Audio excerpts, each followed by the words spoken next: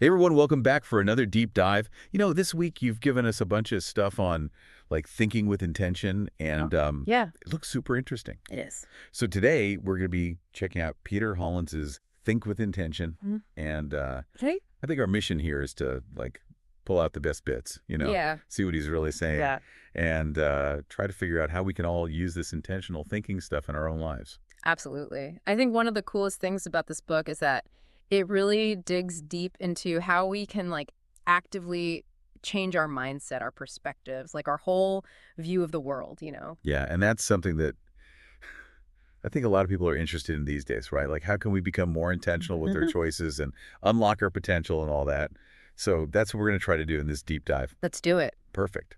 So where should we start? Well, I think the first thing we got to do is define what intentional thinking even is, right? Yeah, totally. Like, what does that even mean, right?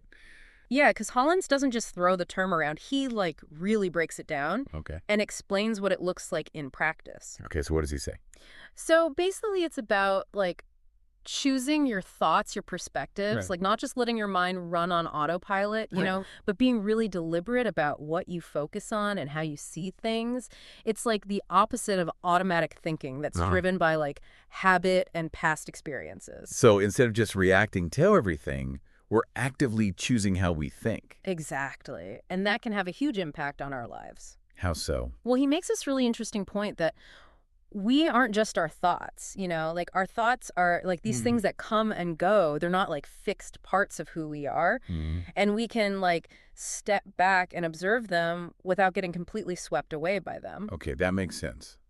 But how do we do that? Like, how Yeah. do we separate ourselves from our thoughts? Well, he uses this analogy of being the director of a play. So imagine you're watching all these actors on stage, and those are your thoughts and your emotions, right? Hmm. You're not one of the actors caught up in the drama. Right. You're the director, observing everything from a distance. Okay. That allows you to see things more clearly and make more intentional choices about how the play unfolds. That's a really cool way to think about it. Hmm. So it's like we have this power to choose which thoughts we want to engage with Yes. and which ones we want to let go of. Exactly. And that choice has real consequences. It Right. affects how we behave and how we experience the world. He gives that example of the two people in the car accident. Oh, yeah. That's a really powerful one. So he talks about these two people who are in the same car accident, but their mindsets, their thoughts, their beliefs about what happened are totally different. Hmm. And as a result, their recovery process and their overall life outcomes are also completely different. So it's not just about positive thinking. It's deeper than that. It's about having a like conscious awareness of our thoughts and choosing ones that are more helpful, I guess. Yeah, and he makes the point that thinking better is a simple concept, but it's not always easy to do, right?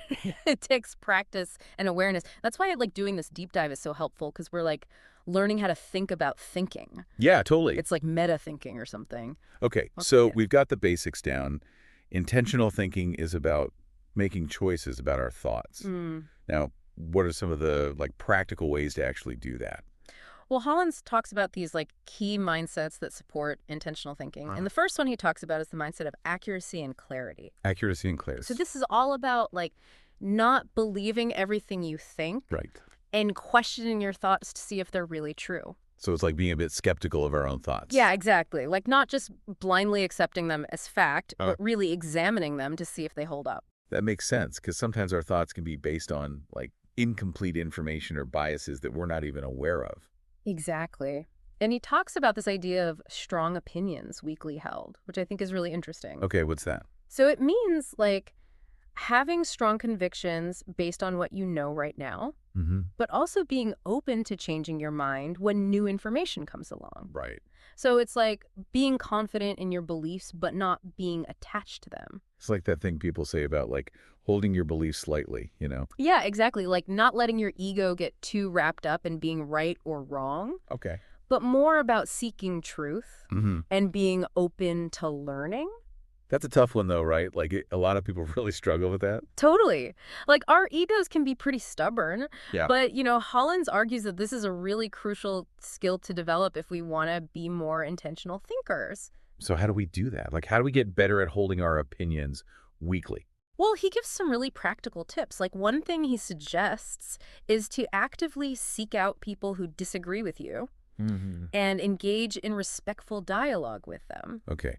So instead of just surrounding ourselves with people who think the same way we do, Yeah, we should actively expose ourselves to different perspectives. right. Because that can help us to see our own biases and Yeah. blind spots. And another thing he suggests is to get comfortable saying, I don't know. Hmm. That's a hard one. It is, but it's so important because a lot of times we feel this pressure to have an opinion on everything. Right. Like we need to have all the answers. Yeah, but sometimes the most honest and accurate answer is simply, I don't know. Okay. And that's okay. So it's like acknowledging the limits of our knowledge Yeah. and being open to learning more. Exactly. He also talks about the importance of questioning our assumptions, Hmm. like really digging deep into why we believe the things we believe. So it's like taking our beliefs apart Yeah. and seeing if they're really built on a solid foundation. Right. And sometimes we might find that our beliefs are based on things we were told as children. Right. Or on experiences that we haven't really examined critically. And those beliefs might not be serving us anymore, Yeah. but we're still holding on to them. Exactly. So questioning our assumptions is a way of like updating our beliefs Right. and making sure they're aligned with who we are now Hmm. and what we want in life. Makes sense. What else? Another thing he suggests is to try on the opposing viewpoint. Okay, what does that mean? So like if you have a strong belief about something, Mm-hmm. take some time to really try to understand the other side of the argument. Like actively put ourselves in the shoes of someone who disagrees with us. Exactly. And that can be really challenging because it might require us to confront some uncomfortable truths about ourselves or our beliefs. But it can also be incredibly valuable, right? Because it forces us to really examine our own thinking. Totally. Yeah. And sometimes we might even find that the other side has some valid points. That we hadn't considered before. So it's like expanding our perspective and becoming more open-minded. Exactly. And he also emphasizes the importance of not being afraid to change your mind Okay. or admit when you're wrong. That can be tough for some people. It definitely can. But he argues that it's a sign of intellectual humility and strength, Okay. not weakness, because it means you're willing to learn and grow, Right. even if it means admitting you were wrong. And I guess it also helps us to avoid that, like, sunk cost fallacy, Oh, yeah, totally. where we keep clinging to an idea or a project just because we've already invested so much time or energy into it, Mm-hmm. even when it's clear that it's not working out. Right.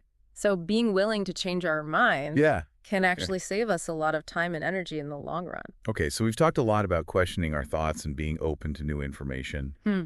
What else does Holland say about this mindset of accuracy and clarity? Well, he also talks about the importance of a shift in perspective, which I think is really interesting. Okay, what's that all about? So he uses this analogy of a microscope Okay. and how, like, the object you're looking at doesn't change, Right. but the way you see it changes depending on which lens you use. Mm-hmm. So he's saying that our perspective, the lens through which we see the world, Yeah. can have a huge impact on how we interpret things What? and how we Yeah. make decisions. So it's not just about what we see, Right. but how we see. Exactly. And he argues that true seeing requires a curious and receptive mind, Mm-hmm. like one that's open to new information and different perspectives Right. and not clouded by preconceived notions. He has this great line, looking is an act of intention.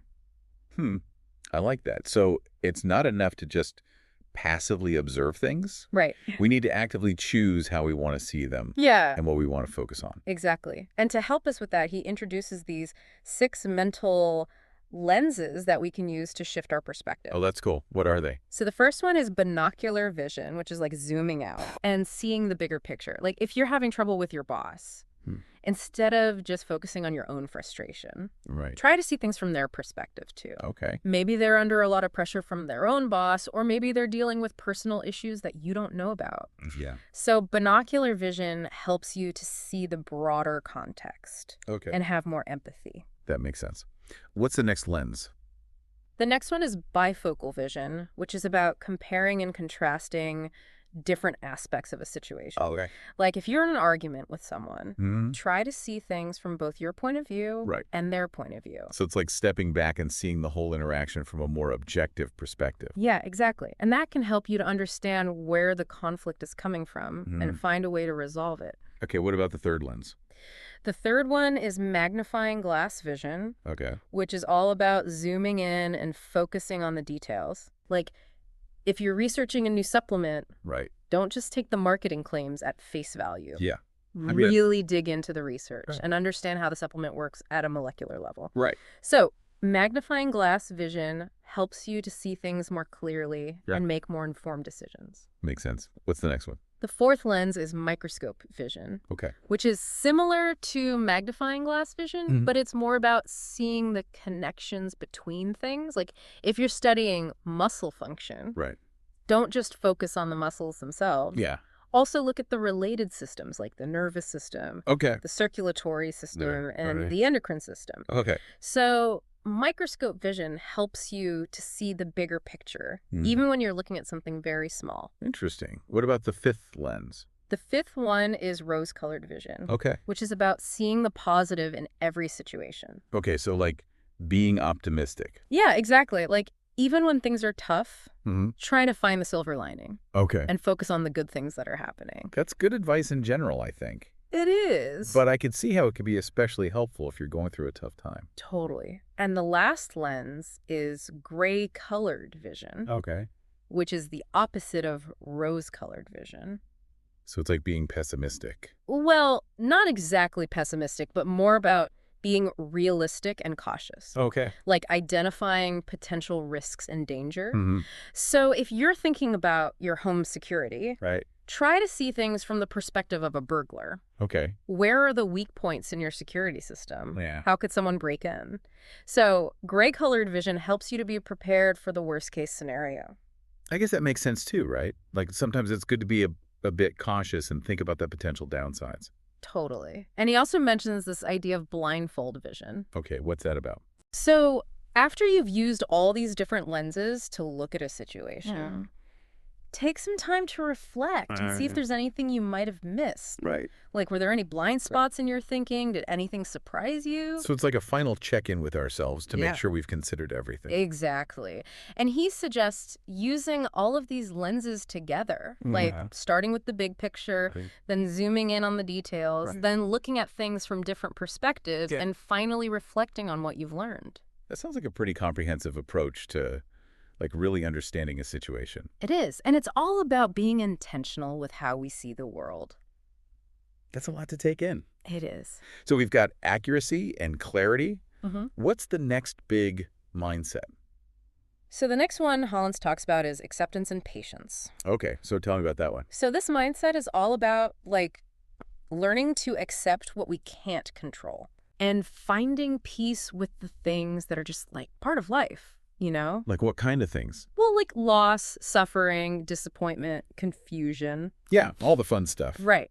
But he's not saying that we should just, like, give up and be passive. Okay. It's more about, like, finding a balance between striving for what we want Mm-hmm. and accepting the things we can't change. That makes sense, because if we're constantly fighting against reality, we're just going to end up frustrated and exhausted. Exactly. And one of the key concepts here is granting yourself permission, Okay. which is like giving yourself permission to be human, Mm, to make mistakes, right. to not be perfect. That sounds nice in theory, but I think it's something that a lot of people struggle with. Totally. Especially in today's culture where there's so much pressure to be perfect Yeah. and to achieve all the time.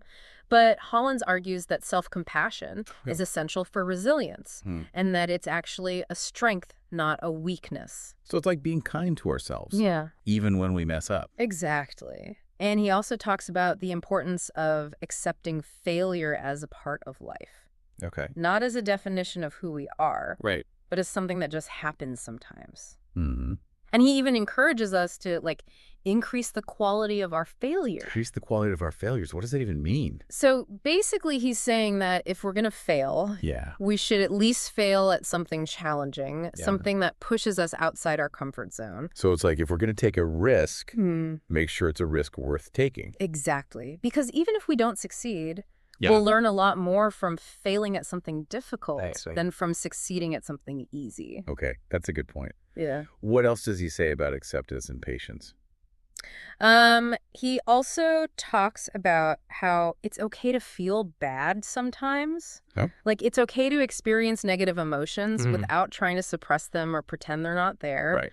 And he also says it's okay to feel good without feeling guilty about it. Mhm. Like, we don't have to earn the right to feel happy. Those are good reminders because sometimes I think we can get caught up in, like, trying to control our emotions Yeah. instead of just letting ourselves feel them. Totally. And he also talks about the importance of accepting that we're all beginners at some point Okay. and that it's okay to need help. Right? Like, we don't have to do everything on our own. Yeah. And it's actually a sign of strength to ask for help when we need it. Okay. That's good to hear because sometimes I think we can be too proud to ask for help. Yeah, Like, we think we should be able to figure everything out on our own. right. But that's not realistic. Mm-hmm. And it can actually hold us back. So acceptance and patience are about, like, being kind to ourselves and acknowledging our limitations and being okay with needing help sometimes. Exactly. And it's also about extending that same acceptance to other people. Right. Like recognizing that everyone is flawed and that it's okay for people to make mistakes. That's important, too, because sometimes I think we can be really judgmental of others, Totally. especially when they don't meet our expectations. Yeah. But Hollins argues that judging others doesn't actually help us. Mm-hmm. It just creates more negativity in the world. Mm-hmm. Okay. So acceptance and patience is about letting go of control and being kind to ourselves and others. Exactly. And he also talks about the importance of living in accordance with nature, Okay. which is a concept from Stoic philosophy. Stoicism. Okay. Yeah, the Stoics believe that we should focus on what we can control, Okay. which is our thoughts and our actions, and accept the things we can't control, like Right. external events and other people's opinions. Okay. And he talks about this idea of amor fati, which Okay. is like loving your fate. Loving your fate. Yeah, it's about embracing everything that happens to you, Yeah. both the good and the bad, Yep. and seeing it all as part of your journey. That's an interesting concept. It is, and he uses this analogy of a dog tied to a cart. Okay. Like, the dog can choose to resist and Yeah. pull against the leash, Mhm. or it can choose to go along with it. Right. And either way, the cart is going to keep moving. Right. Yeah. So it's like, why not choose to go along with it Yeah. and enjoy the ride? That's a good point. So it's like accepting that things are going to happen and choosing to make the best of them. Exactly. And he also talks about Epictetus's idea of impression versus reality, Okay. which is about recognizing that our initial perception of a situation Yeah. might not be accurate, and that we should take some time to examine our thoughts and see if they're really aligned with reality. Okay, so acceptance and patience are about, like, letting go of control Yeah. and choosing to see the positive in every situation and living in accordance with nature. Exactly. Okay, I think I'm starting to get it. Good. What's next? So the next mindset Hans talks about is courage and tempting fate. Okay, courage and tempting fate. That sounds a bit more, like, exciting. Yeah, it definitely is. So this mindset is all about, like, taking charge of your life Okay. and not being afraid to take risks. Okay, so how does that tie into intentional thinking? Well, he argues that courage is essential for making intentional choices Mm-hmm. because often the things we really want in life Right. require us to step outside our comfort zones Yeah. and take some risks. Makes sense. But taking risks can be scary. It definitely can. Yeah. But he also talks about the risks of not taking risks, Okay. like the risk of staying stuck in a rut or the risk of never achieving our dreams. Oh, so it's like there's risk either way. Exactly. But the risks of inaction can be even greater than the risks of action. Yeah, because at least if we take action and fail, we Right. learn something and we grow. Whereas if we just stay safe and comfortable, we might end up regretting it later. Exactly. Yeah. And he talks about the importance of distinguishing between true risks and false profits. Okay, what does that mean? So true risks are things that are actually dangerous or harmful, Okay. like jumping out of a plane without a parachute. Right. But false profits are things that we perceive as risky, Mhm. but are actually just uncomfortable or unfamiliar. Like public speaking or starting a business. Exactly.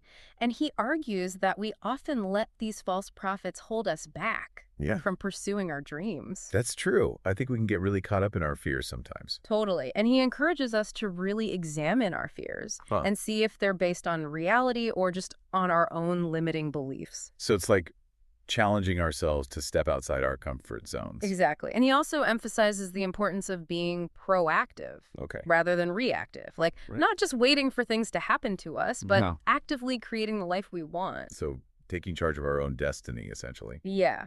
And to help us with that, he gives us some really powerful questions to ask ourselves. Okay, like what? So the first question is, what are you going to do about it? Okay, that's a pretty direct question. It is, but it's designed to get us out of our heads Hmm. and into action.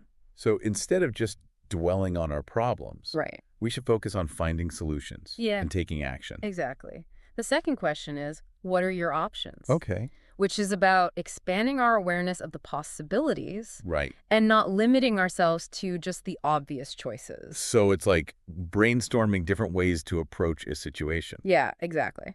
And the third question is, in what way am I responsible here? Okay, that's an interesting one. It is. And it's not about blaming ourselves, Okay. but about taking ownership of our role in the situation and figuring out what we can learn from it. So it's like taking responsibility for our own actions. Exactly. And the last question is, who do I want to be? That's a big one. It is. But it's a really important question to ask ourselves Yeah. because it helps us to define our values and make choices that are aligned with who we want to be. Right. So it's like using our actions to shape our identity. Exactly. And he also talks about the idea of the sweetest suffering. Okay. What does that mean? So basically, he's saying that suffering can be a valuable experience. Okay. That's not something you hear every day. I know, but he's not saying that we should seek out suffering. Right. It's more about like recognizing that pain and setbacks can actually be opportunities for growth. Okay. So it's like how we respond to suffering that matters. Exactly. And he talks about the difference between a fixed mindset, where we believe our abilities are fixed, Right.